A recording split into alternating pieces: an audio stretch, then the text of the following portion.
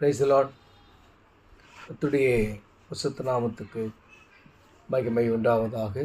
இன்றைய நாள் பொழுதிலே உங்கள் அனைவரும் சந்திப்பதில் நான் மிகவும் மகிழ்ச்சி கொள்கிறேன். கர்த்தர் உங்களை ஆசீர்வதித்து உங்களையும் உங்கள் குடும்பங்களையும் காக்க கடவர். எனக்கு அருமையானவர்களே, இன்றைய நாள் பொழுதிலே நாம் ஆண்டவருடைய பார்வையிலே எப்படி இருக்க வேண்டும்,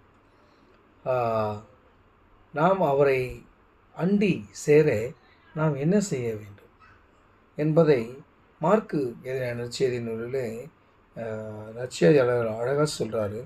3ஆம் அதிகாரத்தில் 35ஆம் தேவ திருவார்த்தை, தேவனுடைய சித்தத்தின்படி செய்கிறவன் எவனோ அவனே எனக்கு சகோதரனும் எனக்கு சகோதரியும் எனக்கு தாயுமாய் இருக்கிறான் என்றார்.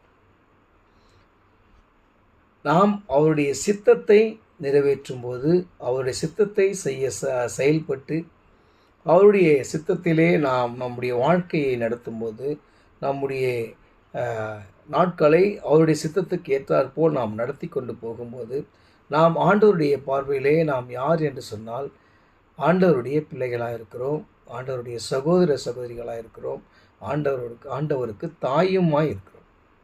எனக்கு அருமையானவர்களே, நாம் ஆண்டவரை நோக்கி போகும்போது என்ன இருக்குது, ஏன் நான் ஆண்டவருக்காக இவ்வளோ பாடுகளை சகிக்கணும், இவ்வளோ நிந்தனைகள், இவ்வளோ போராட்டங்கள், ஊழிய மன்றத்தில் எவ்வளோ ஒரு பிரச்சனைகள்லாம் இருக்குது, ஏன் பண்ணணும், அவருடைய வார்த்தையை நான் ஏன் சுமந்து செல்லணும், வேறு எங்காவது வேலைக்கு போகலாமே, என் குடும்பத்தை நான் காப்பாற்றலாமே அப்படின்னு சொல்லி நாம் நினைப்பதுண்டு. ஆனால் அழகாக வேத வாக்கியம் சொல்வது, ஆண்டவருடைய சித்தத்தை நாம் நிறைவேற்றுவோமானால், அவருடைய சித்தத்தின்படி செய்கிறவராக இருந்தோமானால், நாம் ஆண்டவருக்கு சகோதர சகோதரிகளாக இருக்கிறோம், தாயுமாய் இருக்கிறோம்.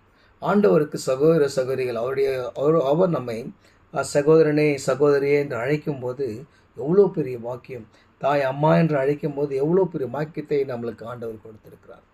ஏன் நம்ம அந்த பாதைக்குள்ளாக நாம் கடந்து செல்வதில்லை? கடினமான பாதை தான்.